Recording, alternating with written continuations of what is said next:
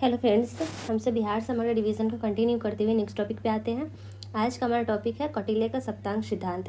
ये सीरीज आपके बहुत से बिहार गवर्नमेंट एग्जाम में हेल्प करेगा, जैसे बीपीएससी प्रीलिम्स मेंस हो गया, one day exam and all Bihar government exam. So Bihar समग्र के रिवीजन के लिए इस सीरीज के प्लेलिस्ट को फॉलो करें, जिसमें डेली वीडियोस अपलोड किए जाएंगे। सो अगर ये आपकी प्रिपरेशन में हेल्पफुल लगे तो press the like button, share with your friend, drop A comment and subscribe my channel. So start करते हैं आज का टॉपिक, कौटिल्य का सप्तांग सिद्धांत। कौटिल्य, जिसको चाणक्य बोलते हैं, इसके सिद्धांत है राज्य के 7 अंगों का वर्णन। क्या सिद्धांत है? राज्य के 7 अंगों का वर्णन। ये बताते हैं कि जिस तरह शरीर के अंग उसके सारे अंग मिलकर उसको उपयोगी बनाते हैं, उसी तरह राज्य के कुछ मूलभूत अंग जो उसे संचालन और उसकी रक्षा के लिए बहुत ही महत्वपूर्ण होते हैं, और सारे राज्य के जितने अंग होते हैं उसकी शरीर से तुलना की गई है। कौटिल्य का सिद्धांत था ये। देखते हैं आगे। कौटिल्य का सिद्धांत, सप्तांग सिद्धांत। पहला था राजा या स्वामी। इसको शरीर के किस भाग से तुलना किया गया है? कौटिल्य ने राजा को राज्य का केंद्र व अभिन्न अंग माना है तथा उन्होंने राजा की तुलना शीर्ष सर्वोपरि से की है। शीर्ष जो सिर होते हैं उससे की है। उसका मानना है कि राजा को दूरदर्शी, आत्मसंयमी, कुलीन, स्वास्थ्य तथा बौद्धिक गुणों से संपन्न होना चाहिए। कैसा राजा होना चाहिए? दूरदर्शी, जो दूर तक सोचता हो, आत्मसंयमी, जो संयम रखता हो, कुलीन तथा स्वस्थ, जो स्वस्थ हो, और बौद्धिक गुणों से संपन्न हो, जिसमें बौद्धिक गुण हो। वह राजा को कल्याणकारी तथा जनता के प्रति उत्तरदायी होने का सलाह देता है, क्योंकि उसके अनुसार राजा कर्तव्य से बंधा होता है। कौटिल्य के अनुसार राजा को सर्वोपरि होने के बावजूद भी उसे निरंकुश शक्तियां नहीं देना चाहिए। नेक्स्ट है हमारा दूसरा है अमात्य या मंत्री। कौटिल्य ने अमात्य और मंत्री दोनों की तुलना किससे की है? आँख से। उसके अनुसार अमात्य तथा राजा एक ही गाड़ी के 2 पहिए हैं। अमात्य उसी व्यक्ति को चुना जाता है जिसमें जिम्मेदारियों को संभालने की तथा राजा के कार्यों में उसको सहयोगी की भूमिका निभा सके।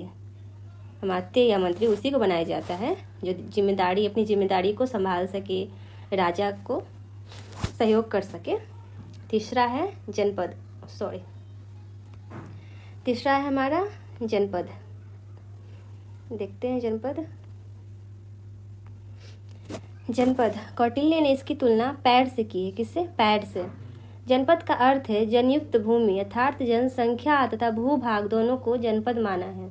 कौटिल्य ने 10 गांवों के समूह में संग्रहण, 200 गांवों के समूह के बीच सार्वत्रिक, 400 गांवों के समूह के बीच द्रोणमुख तथा 800 गांवों में एक स्थानीय अधिकारी की नियुक्ति की बात कही है। चौथा है हमारा दुर्ग। कौटिल्य ने दुर्ग की तुलना बाहों या भुजाओं से की है। दुर्ग की तुलना किससे की है? भुजाओं से। कौटिल्य ने 4 प्रकार के दुर्ग की चर्चा की है। देखते हैं। पहला है औधिक दुर्ग, जिसके चारों ओर पानी हो। दूसरा है पर्वत दुर्ग, जिसके चारों ओर चट्टाने हो, पहाड़े हो। तीसरा है धानवन दुर्ग, जिसके चारों ओर ऊसर भूमि हो। कैसी भूमि? ऊसर भूमि। चौथा है वन दुर्ग, जिसके चारों ओर वन तथा जंगल हो, पेड़ पौधे हो, जंगल से घिरे हुए हो। कोश। इसकी तुलना कौटिल्य ने मुख से की है। किससे? मुख से। उन्होंने कोश को राज्य का मुख्य अंग इसलिए माना है क्योंकि कोश से ही कोई राज्य वृद्धि करता है तथा शक्तिशाली बने रहने के लिए कोश के द्वारा ही अपनी सेना का भरण पोषण करता है। उसने कोश में वृद्धि का मार्ग करारोपण से बताया है, जिसमें प्रजा को अनाज का 6वां भाग, व्यापार का 10वां भाग तथा पशुधन के लाभ का 50वां भाग राजा को कर के रूप में अदा करना चाहिए। छठा है दंड या सेना। कौटिल्य ने सेना की तुलना मस्तिष्क से की है। मस्तिष्क जो दिमाग होता है उससे। कौटिल्य ने सेना के 4 प्रकार बताए हैं: हस्त सेना, अश्व सेना, रथ सेना, पैदल सेना। उनके अनुसार सेना ऐसी होनी चाहिए जो साहसी हो, बलशाली हो तथा जिसके हर सैनिक के हृदय में देश प्रेम हो तथा वीर गति के प्राप्त हो जाने पर उसके परिवार को उस पर गर्व हो, अभिमान हो। 7वां है मित्र। मित्र को कौटिल्य ने कान कहा है। शरीर का कौन सा अंग बोला है? कान। उसके अनुसार राज्य की तुलना के लिए विपत्ति के समय सहायता के लिए राज्य को मित्रों की आवश्यकता होती है। विपत्ति के टाइम मित्र साथ देते हैं, इसलिए कान का प्रयोग किया है। नेक्स्ट है कौटिल्य का मंडल सिद्धांत। कौटिल्य ने अपने अर्थशास्त्र के छठे अधिकरण में मंडल सिद्धांत का वर्णन किया है। छठे अधिकरण में किया है। कौटिल्य का मंडल देशों का समूह, मंडल को देशों का समूह बोलते हैं।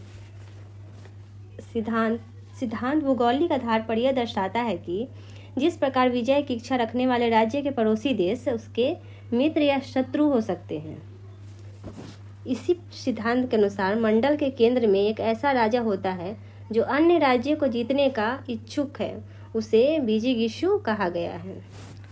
देखते हैं पहला शक्तिशाली राज्य क्या है। प्राचीन काल में भारत में अनेक छोटे छोटे राज्यों का अस्तित्व था। शक्तिशाली राजा युद्ध द्वारा अपने साम्राज्य का विस्तार करते थे। राज्य कई बार सुरक्षा की दृष्टि से अन्य राज्यों से समझौता भी करते थे। कौटिल्य के अनुसार युद्ध और विजय द्वारा अपने साम्राज्य का विस्तार करने वाला राजा अपने शत्रुओं की अपेक्षा मित्रों की संख्या बढ़ानी चाहिए। कौटिल्य बोलते हैं शत्रुओं की अपेक्षा मित्रों की संख्या बढ़ानी चाहिए ताकि शत्रुओं पर नियंत्रण रखा जा सके। निर्बल राज्य कैसा हो। निर्बल राज्यों को शक्तिशाली पड़ोसी राज्य से सतर्क रहना चाहिए। उन्हें समान स्तर वाले राज्यों के साथ मिलकर शक्तिशाली राज्यों की विस्तार नीति से बचने हेतु एकजुट मंडल बनाना चाहिए।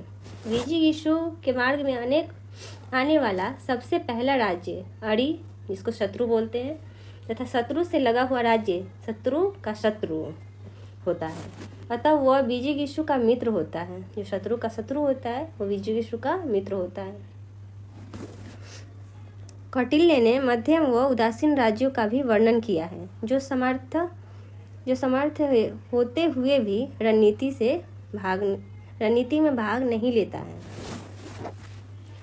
कौटिल्य के 12 मंडल सिद्धांत थे। कितने सिद्धांत थे? 12 मंडल सिद्धांत थे। पहला था विजिगीषु, दूसरा अरि, चौथा मित्र, पांचवा अरि मित्र, छठा मित्र, सातवां अरि मित्र, आठवां पासीन ग्राह, नौवां अकंत्र, 10वां पासीन ग्राह सार, 11वां अकंत्र सार, 12वां मध्यम तथा उदासीन देश। Okay, thank you.